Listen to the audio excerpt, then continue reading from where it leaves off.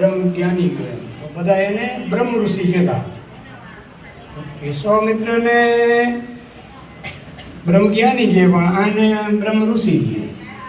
એને એમ થયું કે આ બધા મને કે બ્રહ્મ જ્ઞાની કેમ નથી, પોતાને પોતાના તપથી કેવડાવવું, પણ એમ કહેતા નહીં.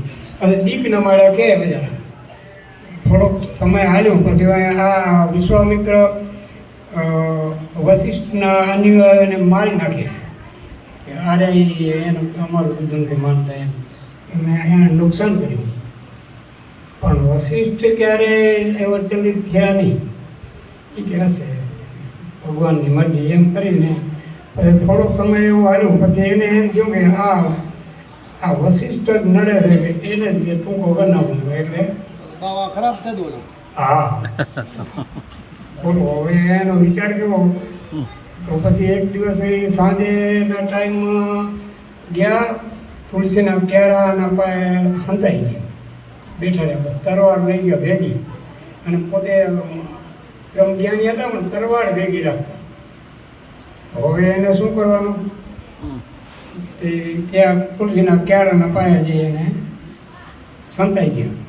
બે માણસ હતા, તે સાંજનો ટાઈમ હતો, બાળકોને સમયસર કરી ભજન કીર્તન કરે અને પછી ભાઈ સૂઈ જાય.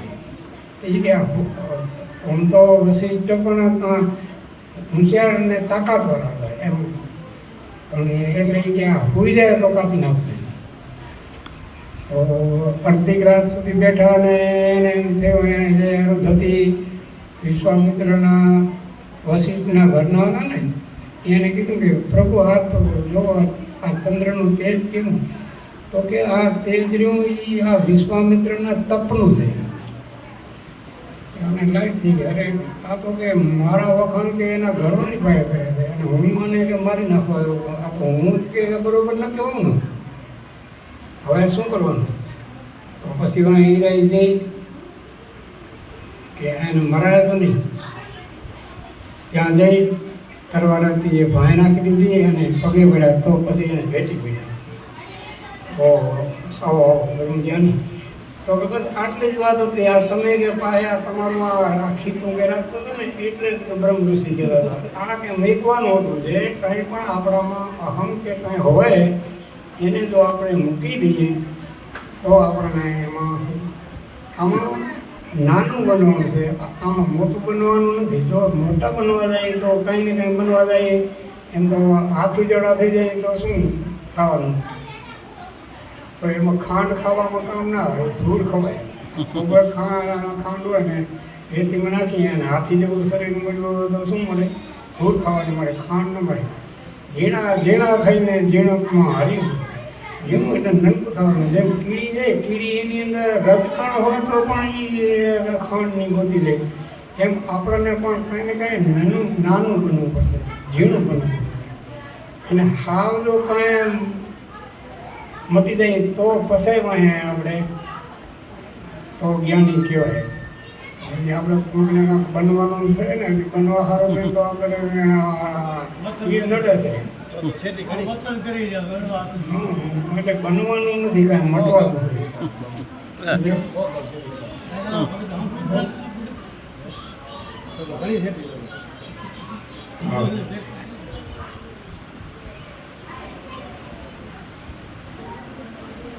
હોઠ કંઠ હાલે નહીં, અબડ ગાણે નહીં, કોઈ કહે પ્રીતમ આપે મટે તો સહેજે સમરમ. પ્રીતમ કે છે, પ્રીતમની સાખી એમ છે, આપણે જે કંઈ કરીએ એમાં તો આપણે કંઈક હાલે તો ખરું ને. હોઠ હાલે, કંઠ હાલે, જીવન. રવિ સાહેબે કીધું કે બિન જગ્યા સમરણ કરે રવિદાસ દિન રાત, યાદ વિન વિસરે નહીં રહ્યા સ્વરૂપ. આપણે બધા એના સ્વરૂપ સહીએ, પણ આપણે એ સ્વરૂપમાં હવે કોઈ પણ વસ્તુ હોય તો એનું મૂળ હોય. આપણે દાગીનો બનાવવો હોય તો સોનું તો ખપે ને, દાગીનો બનાવવો હોય તો સોનું ખપે, સોના વગર દાગીનો થાય નહીં. એમ આપણે પરમાત્માથી દાગીનો અને સોનું નોખું નથી, એમ આપણે પરમાત્માથી નોખા બિલકુલ નથી. પણ આપણને પરમાત્મા દેખાતો નથી. એટલે આ બધું એવું છે.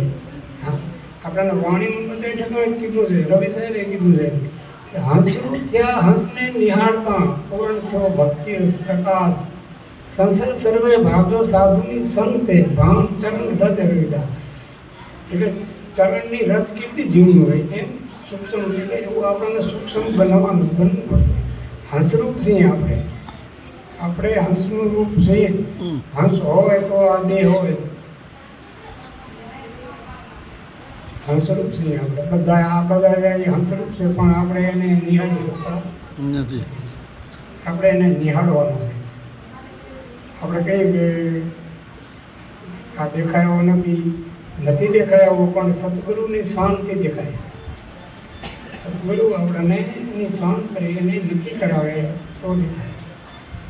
હે પ્રગટ પણ દિશત નહીં કરું સાહેબ, હે પ્રગટ પણ દિશત નહીં સતગુરુ સૈન નિહાળ્યા. કહે કબીર સર્વ દિશાએ પર કોપર ખનાર. આપણે બધે ટકાણે ભગવાન છે, કોઈ જગ્યા ખાન નથી, હોય નિયમની જેટલી જગ્યા ખાન નથી, આ બધાને ખબર છે. પણ એ વસ્તુ કઈ એને નક્કી કરવી પડે. હું શાસ્ત્રનું જ્ઞાન, હું અનુભવનું, એટલે બીજું બધું અનુમાન કહેવાય. બધાને ખબર હોય, નથી ખબર હોય ને ગુરુ વગરના છે એને ખબર છે ભગવાન બધે ટકાના છે. એમ એવી રીતે આપણને કોઈ પણ વસ્તુને નક્કી કરવી.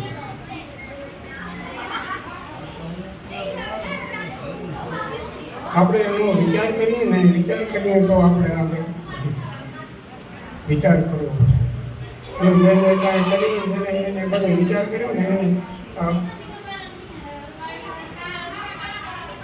યોગમાં તો તમે જુઓ તો હવે ગોરખે યોગ કેટલો બધો, એક ખોબો પાણી છાંટો તો હોનારો પથ્થરો બનાવી દે.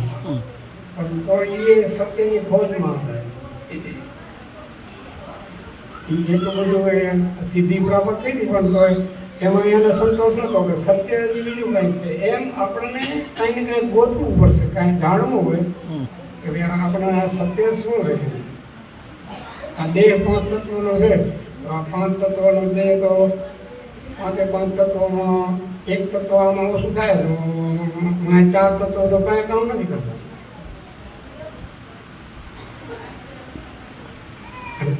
આ શરીરમાં આ દેહાંત થઈ જાય પછી આપણે જોઈ વાળીએ એમાં શું ઓછું કાંઈ થાય.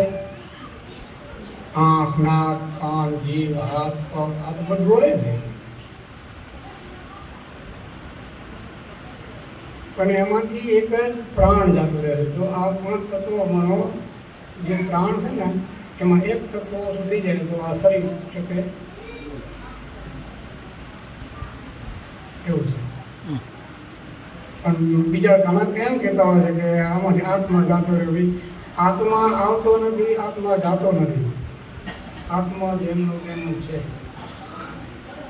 આત્મા આવતો જાતો આત્મા જીવ બે લખો ના, એક જ બસ જીવ બની ગયો. જીવ બની ગયો છે. હા, શીખ આત્મા જીવ લોકો કાંઈ નથી. આત્મા અને જીવ એક જ છે.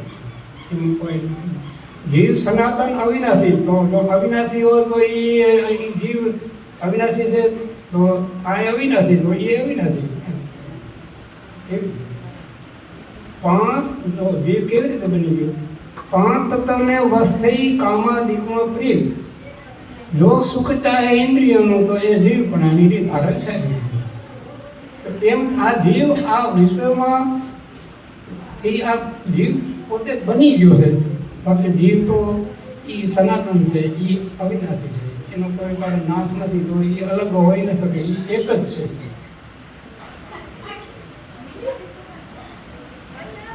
તમારું કહેવાનું શું? એ કહો તમને કાં એટલે ભલે લેખે પણ મન નહીં. મનને આત્મા એક ન કહેવાય. કેમ કે આત્મા સત્ય છે.